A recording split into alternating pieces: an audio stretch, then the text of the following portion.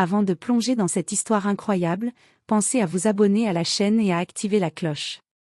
Ici, chaque récit a quelque chose à dire, et vous ne voudrez pas en manquer un seul. Les feuilles d'automne recouvraient les sentiers du cimetière de Willow Creek comme une couverture rousse posée sur les plaies du passé. L'air était frais, presque coupant, et une fine brume rampait encore entre les tombes, comme si la terre elle-même retenait son souffle. Il était à peine 8 heures du matin, mais Margaret Lewis, 52 ans, veuve depuis 3 longues années, marchait déjà d'un pas lent et régulier entre les pierres tombales. Chaque dimanche, sans exception, elle venait. Peu importait la pluie, le vent ou la neige. C'était son seul rendez-vous qui n'avait jamais changé. Elle portait toujours le même manteau bleu marine, un peu trop grand, râpé au coude. C'était celui que Michael lui avait offert pour Noël, juste avant son dernier départ. Elle n'avait jamais eu le cœur de le remplacer. Il gardait encore, elle en était persuadée, quelque chose de lui. Son odeur peut-être, ou la mémoire de ses bras. Dans ses mains tremblantes, une rose blanche. Parfois une tulipe, parfois une orchidée, mais la rose blanche, c'était la fleur qu'elle apportait chaque année à leur anniversaire de mariage. C'était devenu leur code silencieux. Leur rituel. Depuis la mort de Michael, Margaret ne vivait plus vraiment. Elle avait cessé de faire des projets. Elle ne lisait plus. Elle ne riait presque jamais. La maison était silencieuse. Elle se levait, elle marchait, elle respirait. Mais c'était tout. Elle survivait. Dans un monde qui avait perdu ses couleurs. Elle arriva enfin à la tombe. Une pierre grise, sobre, lisse, ornée d'une simple gravure. Sergent Michael T. Lewis Hérault, mari, homme de foi 1973 à 2022. Elle s'agenouilla lentement, avec une délicatesse presque sacrée. Elle posa la rose au pied de la stèle, comme on dépose un secret. « Bonjour, mon amour », murmura-t-elle.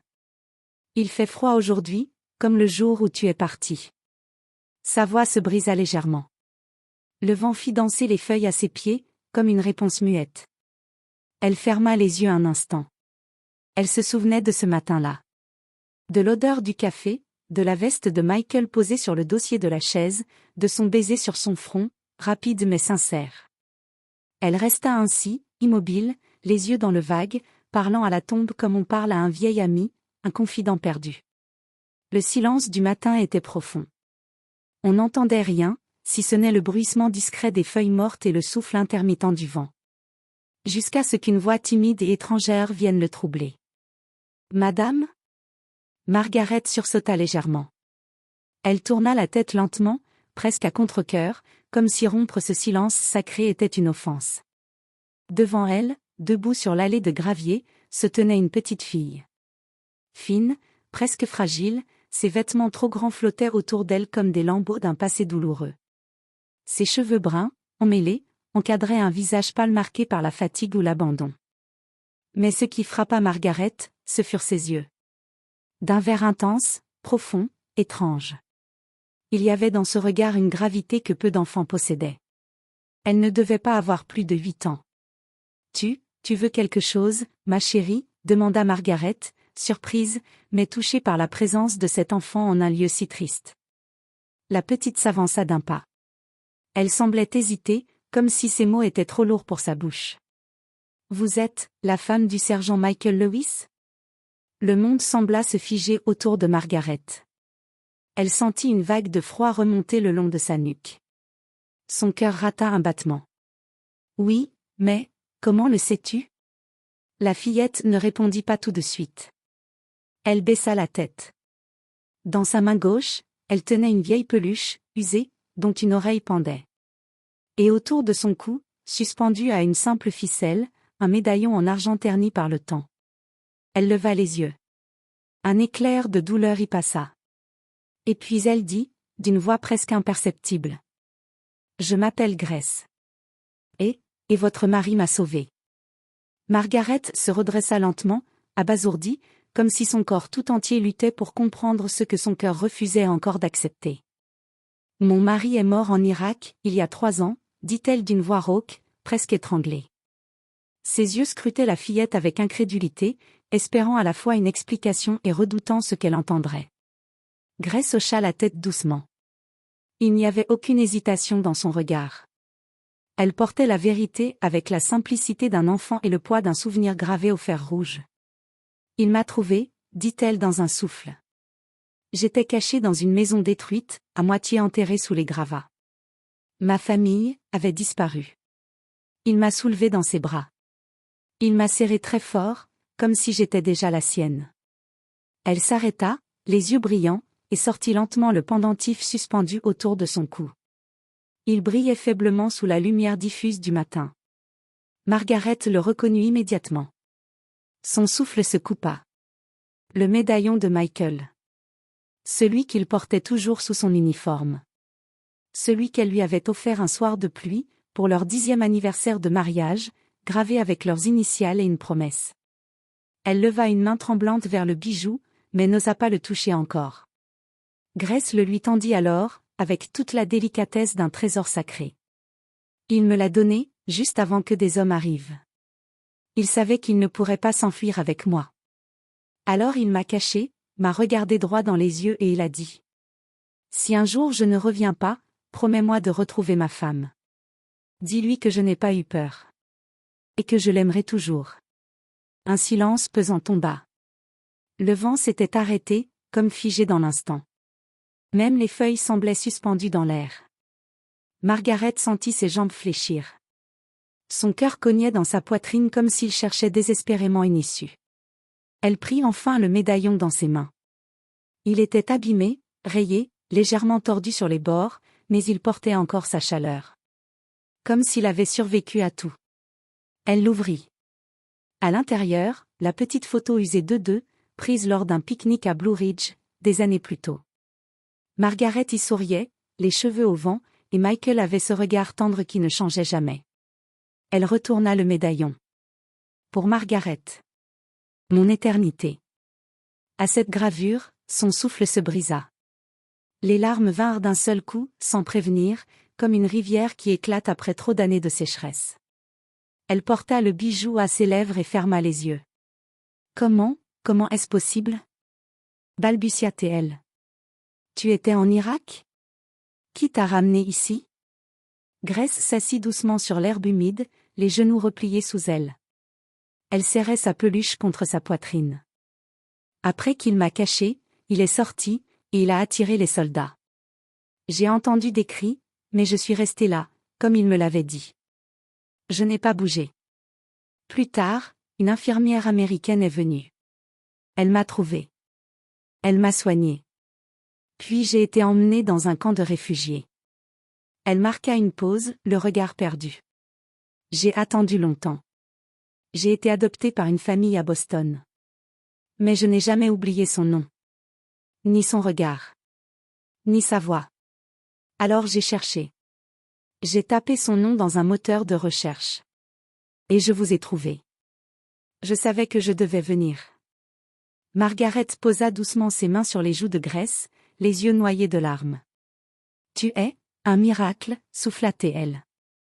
Il t'a protégé, comme il m'a toujours protégé moi. Il t'a confié à moi, même sans que je le sache. Elle l'attira contre elle, dans une étreinte profonde, presque maternelle, instinctive. Et Grace pleura, elle aussi, la tête posée contre le cœur de la femme qui pleurait pour l'homme qu'elles avaient aimé. Ce fut un moment suspendu.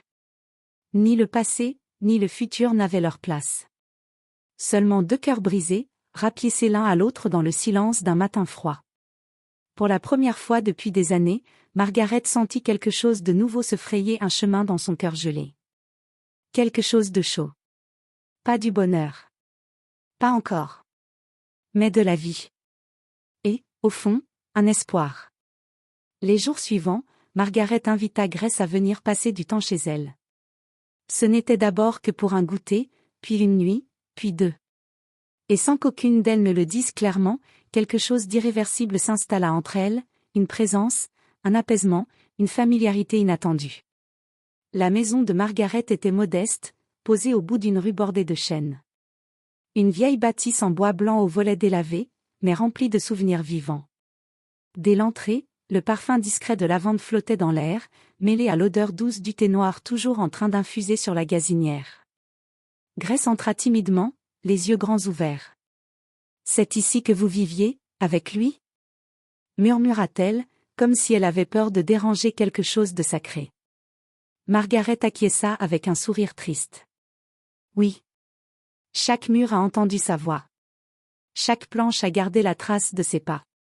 Elle l'invita à faire le tour. Sur les murs du couloir, on voyait des photos en noir et blanc de leur mariage, des clichés en uniforme de Michael déployés à l'étranger, des souvenirs de pique-nique et de coucher de soleil au bord du lac. Dans un coin du salon trônait une guitare en bois clair, légèrement poussiéreuse, appuyée contre un fauteuil à bascule. Il chantait, demanda Grace, curieuse, ses doigts caressant les cordes sans oser jouer. Margaret se mit à rire doucement, un rire rare, fragile. Il adorait la musique country. Il connaissait toutes les chansons de Johnny Cash et de Willie Nelson. Mais, il chantait affreusement faux. Un désastre. Même les oiseaux fuyaient quand il s'y mettait. Elles rirent ensemble. Un éclat pur, inattendu, sincère. Le premier vrai rire de Margaret depuis 3 ans. Ce simple moment, cette complicité spontanée, venait de créer une fissure dans sa solitude, et la lumière s'y engouffrait déjà. Plus tard, Grace s'endormit sur le canapé, pelotonnée dans une vieille couverture militaire que Michael utilisait lors de ses nuits froides. Margaret la regarda longuement. Elle ressemblait à une plante trouvée dans les ruines, mais déjà, elle reprenait vie. Ce soir-là, seule dans la cuisine, Margaret versa une larme, mais cette fois, ce n'était pas de douleur. C'était un mélange de gratitude et d'hésitation, comme si elle se tenait sur le seuil d'un avenir qu'elle n'attendait plus. Dès le lendemain, Margaret prit contact avec les services sociaux. Elle expliqua tout, la rencontre au cimetière, le médaillon, le passé de Grace, son lien avec Michael. La travailleuse sociale au bout du fil resta silencieuse quelques secondes, puis répondit doucement. C'est une histoire, hors du commun. Nous allons faire les démarches pour une famille d'accueil temporaire. Mais vous savez, l'adoption prendra du temps. C'est un long parcours. Margaret hocha la tête. Elle s'y attendait. Elle raccrocha, puis alla chercher un formulaire d'adoption. Elle ne voulait pas attendre. Son choix était déjà fait. Je suis peut-être pas sa mère biologique, se dit-elle en remplissant les premières lignes. Mais elle est née dans les derniers battements du cœur de mon mari. Elle est le souffle qu'il m'a laissé. Le procès d'adoption fut long, semé d'obstacles administratifs, de vérifications, de séances d'évaluation psychologique. Certains disaient que Margaret était trop âgée, trop seule, trop marquée par le deuil. Mais elle ne recula jamais. À chaque rendez-vous, elle arrivait avec le médaillon dans la poche de sa veste. Elle regardait les juges, les assistants sociaux, les inspecteurs dans les yeux, et disait avec calme et conviction. Cet enfant porte le dernier acte d'amour de mon mari. Il lui a confié sa mémoire. Il m'a confié sa mission. Elle n'est pas née de mon sang, mais elle est née de sa volonté. Et tant que je respirerai, je ne laisserai personne d'autre en prendre soin. Son ton ne laissait place à aucune hésitation. Grace, pendant ce temps, s'épanouissait. Elle dessinait. Elle chantonnait les chansons country que Margaret lui apprenait. Elle écrivait dans un petit carnet offert par sa nouvelle « Maman », ma vie avant, c'était la peur. Maintenant, c'est doux. Le 12 juin était un jour que Margaret redoutait et chérissait à la fois. C'était l'anniversaire de la mort de Michael, le jour où son monde s'était effondré, le jour où elle avait perdu non seulement son mari, mais une part d'elle-même. Pourtant, cette année, tout serait différent. Elle n'irait pas seule. Cette fois, elle irait avec Grace. Le matin était frais et clair, la lumière du soleil tamisée par un voile léger de nuages, comme un écrin fragile protégeant le cimetière de Willow Creek. Les allées étaient recouvertes de feuilles jaunes et orangées qui crissaient doucement sous leurs pas. Les arbres, majestueux, semblaient veiller silencieusement sur les âmes reposant en ces lieux. Margaret et Grace marchaient côte à côte, tenant chacune une rose blanche dans leurs mains. 2 roses blanches, symboles d'innocence, de pureté, et aussi d'espoir renaissant. Leur silhouette, l'une grande et digne malgré la douleur, l'autre petite et fragile mais pleine d'une force nouvelle, avançait lentement vers la tombe. Margaret s'agenouilla devant la pierre grise, le regard baissé. Elle déposa sa rose avec soin sur la terre fraîchement retournée. Un frisson la parcourut, mais elle respira profondément et murmura, à voix basse. « Bonjour, mon amour. » Puis, d'un geste presque cérémonial, elle se releva doucement et fit place à Grace, qui s'agenouilla à son tour, posant délicatement sa rose à côté de celle de Margaret. Grace ferma les yeux un instant, puis, d'une voix douce mais claire, elle s'adressa à la tombe. « Bonjour, sergent Lewis. Je voulais vous dire que je suis bien arrivée. Que je suis en sécurité. Et que votre femme est la meilleure maman du monde. » Margaret sentit son cœur se serrer en entendant ces mots. Elle observa la fillette, et pour la première fois, elle vit dans ses yeux toute la gratitude et l'amour qu'elle partageait désormais. Puis Margaret s'approcha, posant sa main sur l'épaule de Grace. Elle regarda le ciel avant de dire, avec une tendresse profonde. « Tu sais, Grace, il m'avait parlé d'un rêve, ton papa. Il voulait un jour adopter un enfant, quand il rentrerait. Il disait que tout enfant mérite une seconde chance, un foyer rempli d'amour. Je crois qu'il t'avait déjà dans son cœur, bien avant que vous vous rencontriez. » Grace ouvrit les yeux, brillant de larmes. Elle se tourna vers Margaret et se blottit contre elle, posant sa tête sur son épaule. « Il m'a donné un foyer, et toi, tu m'as donné une maman. » Leurs bras s'enlacèrent, unissant deux solitudes blessées en une seule force. Le vent souffla doucement, faisant danser les feuilles autour d'elle, comme une caresse venue d'ailleurs. Margaret sourit, un sourire calme, apaisé. Pour la première fois depuis 3 ans, la douleur se mêlait à la paix. Elle sentit dans sa poitrine un feu nouveau, un espoir qui grandissait. Leur chemin ne faisait que commencer, mais ce jour-là, au pied de la tombe de Michael, elles avaient trouvé un nouveau départ. Quelques années plus tard, Grace Lewis portait une blouse blanche, maculée parfois de poussière, parfois de sang, souvent de larmes.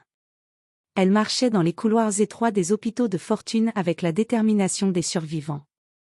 Elle était désormais médecin humanitaire, sur les traces de celui qui avait changé son destin bien avant qu'elle comprenne ce qu'était vraiment l'amour ou la guerre. Au fil des années, elle avait soigné des enfants blessés dans des zones oubliées, réconforté des mères sans abri, recousu des hommes abîmés par la violence des conflits.